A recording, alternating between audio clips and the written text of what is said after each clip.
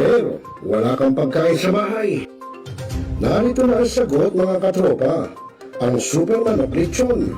Napapawi sa inyong gutom at siguradong mapapa-analyze ka dahil sa tender juicy na jam mo pa. At siguradong malinis at bagong katay buhat sa farm.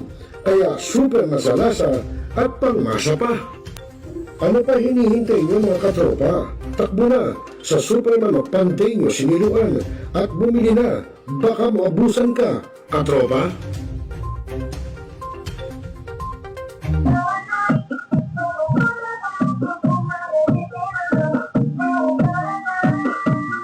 Okay, so mga kaibigan, magandang gabi, no, sa ating lahat, sa inyong lahat, no, mga katropa. At ngayon po ay araw ng Sabado at syempre po sa inyo ang programang Dalaw Barangay. Syempre dito lang sa Millennial Online TV News and Updates. At syempre, ako yung magiging kasama, Kuya Rosel Lopez. At syempre po katatapos lang ng ating pagpapasalamat, no, ngayong araw, no, at meron pa bukas na pagsamba sa ating po mga kapatid sa iglesia. Kaya hindi pa po nakakapagpasalamat, abay maghanda na po kayo dahil bukas ay kailangan makapagpasalamat po tayong lahat. Ayun. At syempre po mga kaibigan, Kuya Rosel Lopez at your service at syempre sa ating technical side, si Mr. J. At syempre po ngayong araw ay sasayin naman po ang programang Dalaw Barangay. Syempre dito lang sa nag-iisa ang News Online TV sa bagong milenyo, Millennial Online TV News and Updates. At alam niyo mga kaibigan ay batiin muna natin yung ating mga double cuts, yung ating mga netizen, yung ating mga kabarangay, no? At abangan niyo po, no, yung mga taga-barangay Bayan-Bayanan sa Malabon City dahil magkakaroon po kami diyan ng medical mission, ang grupo po ng Central Luzon Region 45 Media Rider Eagles Club ng The Fraternal Order of Eagles, Philippine Eagles Incorporated ng medical mission sa January po, no? Sa next year, January 2026, siguro mga January 25, last Sunday of the month, no? Kaya abangan niyo po, mga taga-barangay Bayan-Bayanan, dyan sa Malabon. Magkakaroon po tayo ng medical mission, bibili pong gamot at check-up para po sa residente ng Bayan-Bayanan dyan sa Malabon. At ngayon mga kaibigan, siyempre ngayon ay tayo naka-remote live streaming. Siyempre dito lamang po, nasa tayo, Lakbulax no, kaya yung pong ating mga double cuts, pasensya na kayo, no? At kasi dito wala pa ko tayong nagaloko yung ating mga gadgets, yung ating mga equipment. Kaya medyo tayo naka-remote live streaming, no?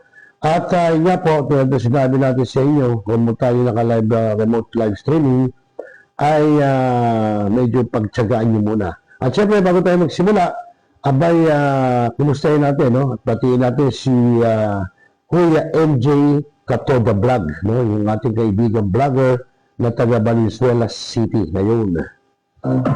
At syempre po si Boss Mark Castro, yung ating cameraman sa TV5, no? Yung ating partner, yung aking kabady, yung tayo nag-duty pa sa TV5. Magandang gabi siya, Boss Mark.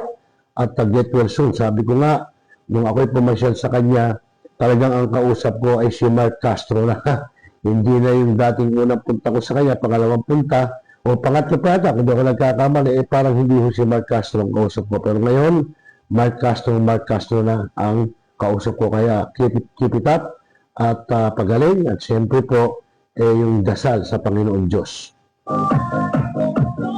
Bueno mga kaibigan, ito pong mga nakarang araw ay marami pong mga lumabas na mga balita, no, na talaga namang ikagigimbal, no, ng bawat isa, no. At unahin muna natin siguro yung ibang mga balita, no, at siyempre siguro to wala natin. Katulad po nito, no,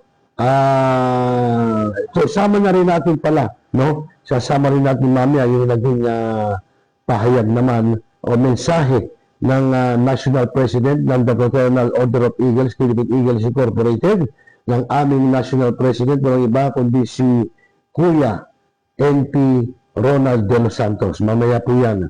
At bago yan mga kaibigan, ito nga sinasabi na mga balita, no, na sibak sa pwesto, no? At nare-relieve sa posisyon ng isang senior officer ng Philippine National Police Highway Patrol Group o HPG dahil sa umano'y pananakit, no? At panunutok ng baril sa isang patrolman. Nako, sinasabi ko siguro ito siyempre may mga party-party. Malamang baka nakainom, nagbaoy, di ba? At nangyari man ito sa Christmas party, o sinasabi ko no? Sa Christmas party ng mga tauhan at empleyado ng HPG, no? At kwento ng patrolman, hindi niya personal nakilala ang opisyal na mayroong ranggong colonel. Wala rin umano siyang ideya kung bakit siya nakursunodahan nito. Nagtamo ng sugat ang patrolman base sa mga larawang kuha ng medico legal, no? At sabi niya, palagi raw siyang hinaharangan ng mga yan at walang respeto sa akin, yung sabi, no? At that's the allegation. Ang sabi daw sa kanya, papatayin siya ayon kay HPG Director Police Brigadier General Hansel Marantan ng pagpaliwanagin ang sangkot na officer, no? At posibleng maharap sa administrative at criminal charges ang nag-amok na opisyal. Yan ang sinasabi ko, no? Kailangan po, pag tayo po ay uminom ng alak, ilalagay po sa tiyan, huwag po sa ulo. Kaya ganito yung nangyayari, no? Hindi lang po dyan, no? Kahit kanino, kahit sa mga pribadong individual, yung mga kababayan natin na nagdadaos sa mga party-party o kahit birthday, ganun po. O ngayon, kung hindi nyo kaya, pinakamaganda, huwag na lang po tayong uminom ng alak. Okay mga kaibigan, so tuloy-tuloy tayo. At yun mga kaibigan, talaga naman, mga balita nakakagiba, nakita nyo naman, ano? Wala tayong magagawa, talagang ganun. Wala. Talagang ganun ang mangyayari. Yan. At alam niyo ba po mga kaibigan, at sa iba pang balita ay mas andaraw at mas ligtas na kalsada, no? Kalsada para sa mga Malabueño, no? At isinagawa nga sa Pangulo Multipurpose Hall ang Road Safety and Disaster Preparedness Training ng Public Safety and Traffic Management Office o PSTMO upang palakasin ang kakayahan ng ating mga traffic enforcer, lalo na ang mga bagong miyembro ng hanay sa tamang pagresponde sa mga vehicular accident at iba pang emergency situation sa lungsod, no? So nagkaroon po sila ng isang parang seminar doon, no? Ng isang seminar workshop tungkol po dyan. At sa pangunguna ni Police Colonel o ni retired Police Colonel Reynaldo Medina, siyang officer in charge ng PSTMO at tinalakay sa pagsasanay ang tamang incident response, coordination protocols at mga hakbang na dapat gawin lalo na tuwing tag-ulan kung saan madalas na ang mga traffic enforcer ang nagsisilbing unang responder sa lugar ng insidente. Tama naman po yan. At saka dapat po sa mga local enforcers natin, dapat tulong muna bago huli. Kasi po may mga lugar na lalo na pag halimbawa hindi tagaron, siyempre hindi alam yung mga one way, yung mga rules doon. So, hinuhuli ka agad. Maawa po kayo. Huwag niyo muna agad titigitan. Dahil una-una pag hindi na tagaron, no?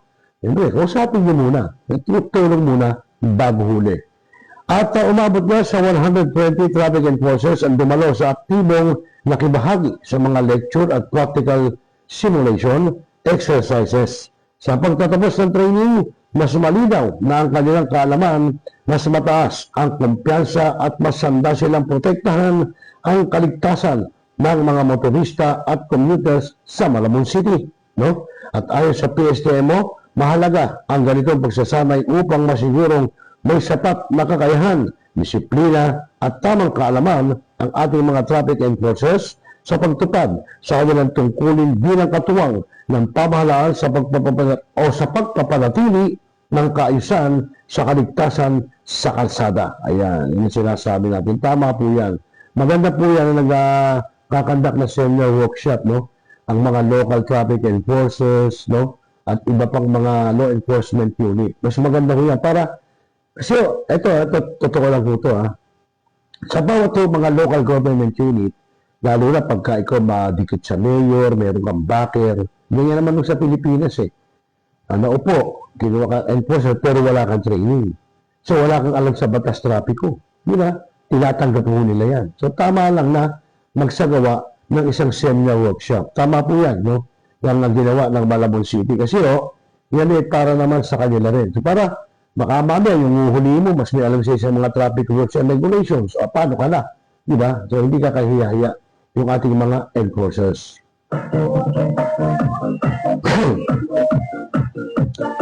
Okay, at bukod dyan mga kaibigan, at yun nga, sa iba pang balita, at ito na, alam nyo, ngayon mga season na to, Yuletide season, nandiyan po yung mga Christmas party, yung Pasko, di ba? At narito nga, pamaskong handog, hatid ng Barangay Santula na isinagawa sa pangunguna ni Kapitan Jerome Malalastas at ng kanyang Barangay Council, kasamang SK Chairman at SK Council, bilang sama-samang pagbabahagi ng biyaya at saya ngayong Kapaskuhan. Labis tayo nagpapasalamat ika sa patuloy na pagkakaisa at malasakit ng mga pinuno sa barangay sa ganitong mga gawain. Mas lalo daw pinatatag ang diwa ng Pasko, pamamahalan o pagmamahalan, pagtutulungan at pag-asa para sa bawat pamilyang Malabonya. So yan po ang sinabi po ni Mayor Jeannie Sandoval. Ayan, talaga naman dapat po pagka magpapasko, dapat magmahalan, magmalasakitan, iwasan ho yung init ng ulo, iwasan ho yung pag-aaway-away dahil wala akong maibubungang mabuti yung mga ganyang senaryo, no? At tuloy-tuloy tayo mga kaibigan at yun, sa iba pa nating mga balita ay mas pinatibay na serbisyo daw. Alin ba to? Ha? Matagumpay na naisagawa ang pagsasanay para sa Disability and Needs Assessment System sa Malabon. Maganda to, ha? Sa mga PWDs dyan, yung mga person with disability, no? At sa pangunguna nga ni Mr. Marcos Operiano, OIC ng Persons with Disability Affairs Office o PDAO, Malabon City, matagumpay na naisagawa ang 4-day Disability and Needs Assessment System training sa penthouse ng Malabon City na nilahukan ng 75 trained enumerators mula sa iba't ibang barangay at partners offices ng lungsod na nangunguna sa pagkalat ng datos para sa PWD community. No, tama ito, maganda ho ito. Ito yung mga PWD community, hindi na kayo magtrabaho sa mga private company o government na mas maganda itong ginagawa nila. At sa training na ito raw, sinanay ang mga kalahok sa tamang paggamit ng assessment tools, ethical interviewing at accurate data gathering upang masiguro na mas malinaw ang tunay na kalagayan, no, ng ating PWD community at mas lalong matukoy kung sino ang pinakalangangailangan at mas maging epektibo at makatao ang mga programang ibibigay ng lungsod ng Malabon. At kauna-unahan anya itong naisagawa sa Malabon at nagsisilbing mahalagang batayan sa pagbuo ng mas maayos na pulisiya, healthcare support, social services at assistive programs para sa ating PWD sector. Maganda yan. At hindi lang daw ito ay training, isa itong matibay na hakbang tungo sa mas inklusibo, patas, at may malasakit na Malabon, no? Ayan ang sinasabi. No? Ito po sinasabi po ni Mayor Jeannie Sandoval ng Malabon City.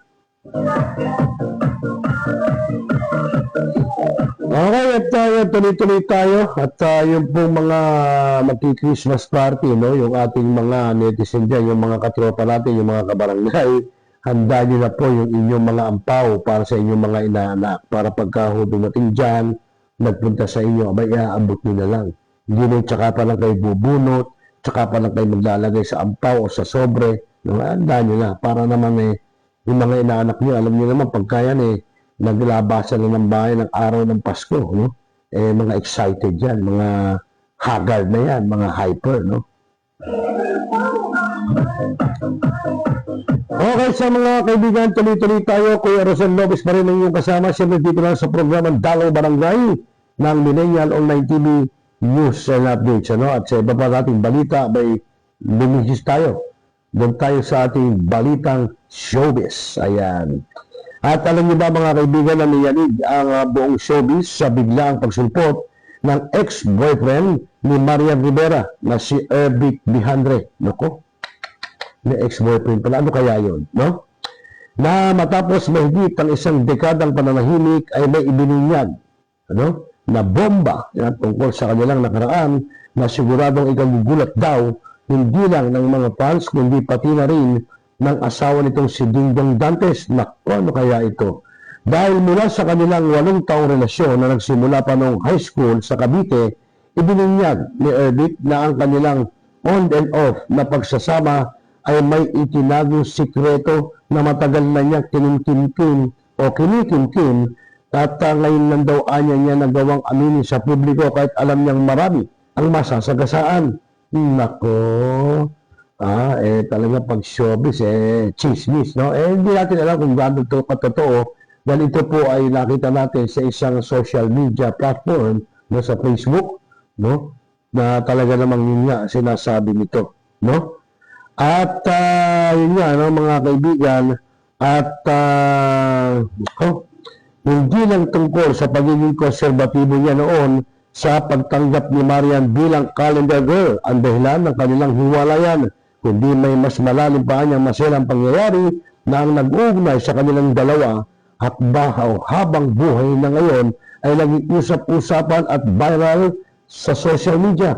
Ang revelasyon ay hindi isang simpleng kwento ng nakaraang pag-ibig, kundi isang pasabog na may kinalaman sa isang bunga ng kanilang pagmamahalan. Naku, sabi nagkaanak sila. Ayun ang sinasabi, no? Na matagal na itinago sa mata ng publiko na nagdulot ng matinding espekulasyon, no? At katanungan sa mga netizens na nag-aabang ng sagot mula sa kampo ng kapuso primetime queen, no, na si Marian Rivera. At huwag daw palampasin ang buong nakakagimbal na detalye ng pag-amin ni Erbic Behandre at ang posibleng maging epekto nito sa pamilya Dantes at sa link daw na nasa comment section na ibaba. Meron yung kasi isang pinost po sa Facebook, no, yung nga po, may link daw ron. Ewan natin kung ano magiging sagot yun, no? Naku, ang hirap talaga ng pagkala sa showbiz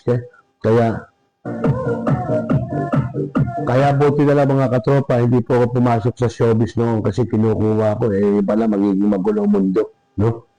Pag nasa showbiz ka, talaga naman, no? Okay, sabi ng mga kaibigan, magpapakilala ito ating himpilan at muli tayo magbabalik para malaman nyo kung saan kayo himpilang nanonood at nakikinig. Magbabalik po tayo. Mga pangyayaring naganap sa loob at labas ng ating bansa, mga balita sa loob ng isang linggo. Inyong mapapakinggan dito lang sa News Recap ng Millennial Online TV News and Updates. Ihahatid sa atin ni Cassie Sal ang katropa nyo sa pagbabalita. Matapos sagutaan ng balota sa halalan kamakailan. Tutok na, mga katropa. Okay mga kaibigan, nagbabalik po tayo sa ating programang Dalaw Barangay. Siyempre dito lang sa Millennial Online TV News and Updates. At ngayon po, itutungin naman natin sa inyo yung naging mensahe, no, sa isang year-end party ng The Fraternal Order of Eagles, Philippine Eagles Incorporated. Siyempre po sa pamumuno ng aming National President, walang iba, kundi si Kuya NP Ronald De Los Santos. Pakinggan po natin. One of our judges, NP, sabi ni Kuya NP, ayos daw yung binibigay sa kanila. Kuya NP, in Madrid, and ate, thank you. Of course, our National Treasurer, Kuya Gupons, Kuya Biliding, and of course, our Alalayang Anguila Chairman, Kuya Edward, Kuya Noah, Kuya Alex, Kuya Udi, si Kuya Romantico, yan ba? Ayan, nandiyan si Kuya RJ, si ang aking tatay, the youngest Kuya, and of course, Kuya Lad, sino po pa yung governor dyan, Tol Sarasa, sino po ba? Kuya Noel. Kuya Noel, Kuya Berining, and our Lady Eagles, Ate Kelly, Ate Pat, thank you for coming. Doc, thank you for all the support. No, andyan din si Ate Kat, si Kuya Vic, andyan din pala. Yung ice cream natin at saka yung Popcorn. popcorn at saka yung juice, provide ni Ate Princess at saka ni Ate Shai. Ate, maraming salamat. Ayan, palakpakan po natin. Mga kuya, ate, Bonso Friends of Eagles, magandang gabi sa inyong lahat. Good evening, Kuya. Maraming salamat dahil napakabilis ng panahon. Napakabilis ng panahon at I hope na during our term, no, we enjoy our services into our beneficiaries and into our the Fraternal Order of Eagles Philippine Eagles Incorporated. I hope na nag-enjoy tayong lahat. No? Then, but of course, as part, no, into a growing organization, part yan yung mga struggles na ating na pagdadaanan. Part yan yung mga obstacles na kailangan nating pagdaanan. Pero kung nalampasan natin yan, mga kuya at ate ko, tandaan niyo po yan, smooth na itong ating organisasyon. Kaya, I appeal to each every one of you, let us continue our services and let us unite. Kasi kung hindi tayo magkaisa, hindi po natin magagawa, hindi natin magagampanan ang ating misyon. Hindi natin may sasayos itong ating organisasyon. Para isang walistinting lang yan. Kung ang isang walistinting ay mag-isa lang siya, mabilis siyang mabali.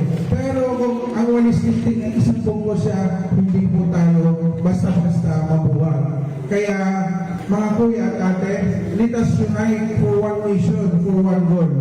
Alam niyo po, yung mga challenges na dumarating sa buhay natin, sabi ko nga kahit sa sarili nating buhay, alam niyo po, mayroon po yan sukli o kaya mayroon result na maganda. Kasi kung wala yan, walang challenge yan, hindi po yan hindi mo makikita yung result at the end of the day. Pero dito sa organisasyon natin, the reason behind why I continue our services, we continue our services kasi gusto natin ayusin. Kaya nagpapasalamat ako sa lahat itong set of officers natin, our National Treasurer, of course, our Secretary General na tumutulong. And of course, ang ating mga governors na masisipag na yung continue yung pagtulong natin. Hindi lang sa ating organisasyon, but pati yung lahat ng mga kababayan natin na nahihirapan. Nakita ko yan, eyewitness, at kasama rin ako pagpunta sa mga relief operation. Ang latest talaga yung nandito sa Payatas. Yung sa Payatas ay talaga naman natutuwa yung mga may edad na, mga kababayan natin na nakatanggap nung kahit kunting lang yun, pero talagang naramdaman natin how they accept. Isa nga, nakikita mo, lumuluha-luha pa yung ating mga kababayan. Kaya mga kuya at ate, hindi tayo dapat na magkawatak-watak. Instead, kailangan magkaisa tayo. Hindi tayo dapat na mag-aaway-away. Kung may problema, na pag-uusapan. Kung may problema, dapat, kasi minsan nakikita natin, kung umiral sa atin ng ego, pag umiral yung ego, dyan na nagsisimula yan. Kung umiral sa atin yung pride, dyan na nagsisimula yan. At kung nauna din yung personal interest, dyan na nagsisimula yan. Pero, ito yung gusto nating baguhin sa ating organisasyon. Ano man ang sakuna na ating mapagdaanan, dapat mga kuya at ate, handa tayo. At kailangan, labanan natin yan. Ganyan ang agila. Di po ba? Ang agila hindi sumusuko. Di ba? Kahit anong bagyo. Di ba? Pinatungan pa siya ng uwak. Pero hindi siya sumusuko. Instead, di ba? Linalabanan niya. Lumipad hanggang sa malampasan niya yung mga obstacle na dinaranas niya. Ganyan din tayo dapat. Ganyan tayo isang buhay natin. Ang isang buhay ng agila. Dapat ganyan tayo ka-strong, mga kuya natin. Kasi kung hindi tayo strong, kunting ibon lang, kunting pasarin lang, nakarinig kayo, nagtatampo na, di po ba? Huwag po ganon. Kailangan magtanong tayo, kuya, ate, ano po bang problema? Kailangan natin mag-usap. At again, huwag po tayo magsiraan sa social media. Kasi sa social media, wala akong presiding officer dyan.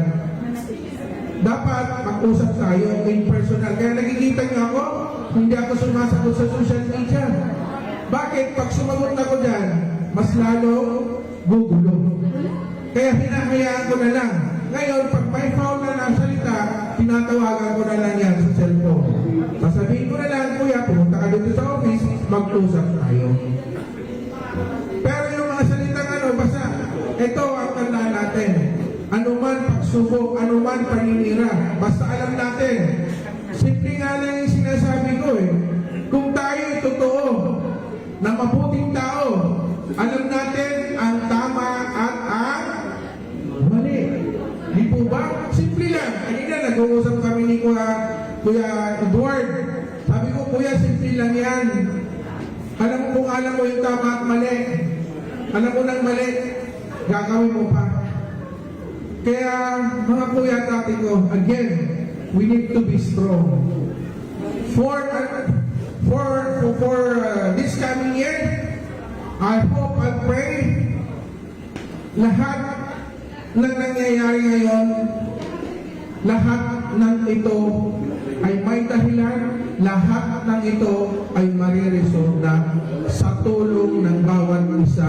Officers, governors, ang ating National Treasurer, ang ating Secretary General, and of course, mga ate at kuya, mariresolve natin yan. Let us unite. Yun lang po ang hinihiling ko. Sa totoo lang, kanina pa ako nagpapaalam kay ating National Treasurer dahil talaga po napakasama yung pakiramdam ko. Dahil nung nag-charity works tayo sa Payatas, nagpawis-pawis ako. Ngayon, tinanong ko si Kuya Alvin, may t-shirt pa ako, wala akong t-shirt. Matuyo po yung ano. Kaya kanina umaga, tinamaan ako agad ng tonsil. So, kailangan ko lang na ipakita sa inyo na kahit ano mangyari, basta sa ating organisasyon, nandito ako, magkasama tayong lahat. Walang iwanan.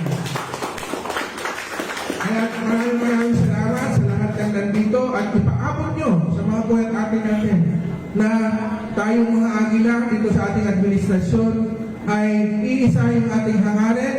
Ano yun? Tumulong, tumulong, tumulong. Kaya ito ang lahat ng ito, ang ginagawa natin ay inaalay natin sa ating Panginoong Diyos, sa ating mga kababayan na nangangailangan ng tulong, at lalong-lalo na sa lahat ng officers and members ng ating The Fraternal Order of Eagles, Philippine Eagles Incorporated. Maraming salamat again and again. Merry Christmas and Happy New Year. Mabuhay ang Agila. Mabuhay! Mabuhay ang Agila! Good evening po sa inyo lahat. Okay, so yan po mga kaibigan, naging pahayag ng aming National President, si Kuya NP Ronald De Los Santos. Kaya po yung ating mga kuya, ate bunso, Friends of Eagles, lalo po ngayon, nagkakaroon po lahat po ng club, lahat ng region, nagkakaroon ng year-end party o Christmas party, no? Sana po, let's go high, fly high, no? At mahirap maging agila. Madaling maging agila pero mahirap po ang maging tunay na agila. Kaya po yung ating mga kuya, ate bunso, kailangan po sama-sama tayo sa pagtulong sa paggawa ng public service at maging responsable po tayo sa ating mga responsibilidad na nakabase sa ating Magna Carta. No? Huwag po yung kaya tayo sumali dahil gusto lang natin ng kapit, ng contact, huwag po ganun. Kailangan ano ang magagawa natin para sa grupo at ano ang magagawa natin para sa ating mga kababayan. Okay sa mga kaibigan, sa ngalan po ni Mr. J ay pasamantala. Yan lang po muna ang ating may tuto ngayong araw ng Sabado sa ating Dalaw Barangay. Siyempre, dito lang sa Millennial Online TV News and Updates at sa ating technical side, maraming salamat kay Mr. J. Muli, ako po yung naging kasama, naging katropa, naging kuya, ate, bunso, at siyempre yung ating mga katropa, not just sa One Gun Pilipinas, no, OGP, particular sa aming National President, Asher Maginang at Admin Corexman. Muli, ako po yung lingkod, yung Sir Lopez, na nagsasabing magandang gabi Pilipinas at mapayapang magdamag. Magandang gabi po. Ba ang iyong pasensya at hindi ba initin ang iyong ulo? Alam mo rin ba ang batas hinggil sa pag-iingat ng baril o firearms? Kung hindi, A responsible gun owner. Are you a responsible gun owner? Are you a responsible gun owner? Are you a responsible gun owner? Are you a responsible gun owner? Are you a responsible gun owner? The PNP Civil Security Group would like to advise all firearms holders to renew their license to own and possess firearms and firearms registration within 6 months before its expiry date.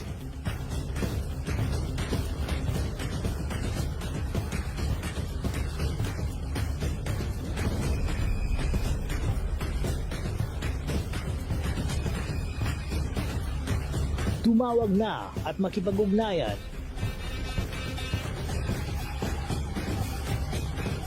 Be a responsible gun owner.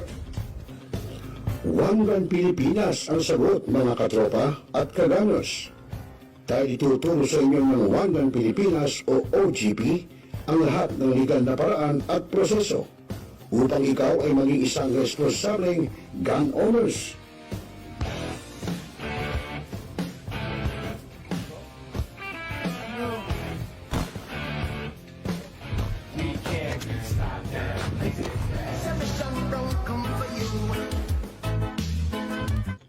Ano pa hinihintay nyo mga kagamers? Sali na sa One Gun Pilipinas ngayon na.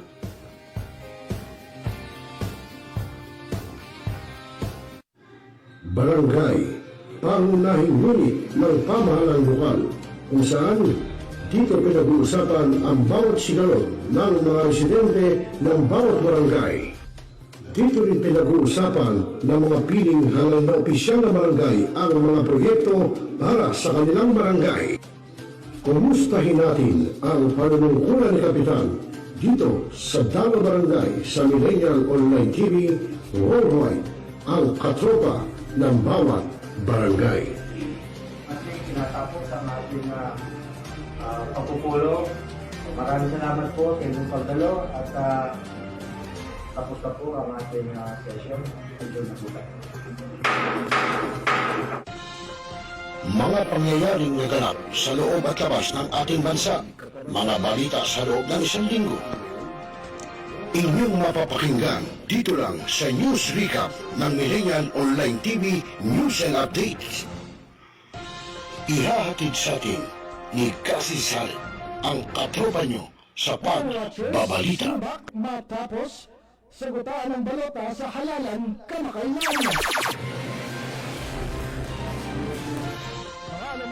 Tutok na, mga katropa. Ngayon, just to continue, Mr. Clyde Teves, the person named in the search warrant, was not around during the implementation of the search. Talakaya. Representative. Opinion.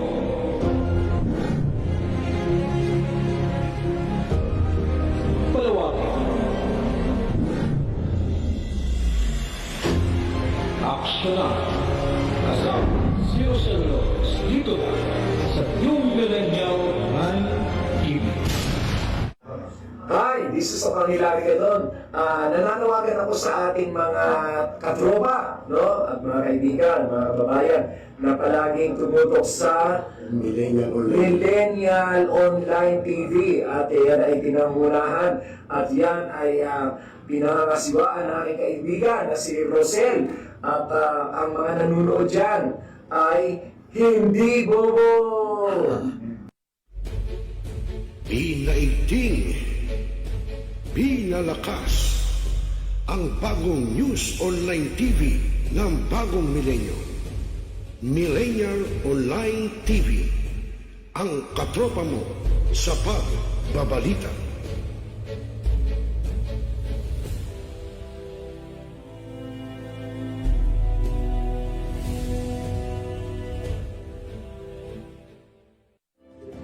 Sa lahat ng bumubuo ng Millennial Online TV at sa lahat po ng sumusuporta, maraming salamat po. Millennial Online TV is now signing off.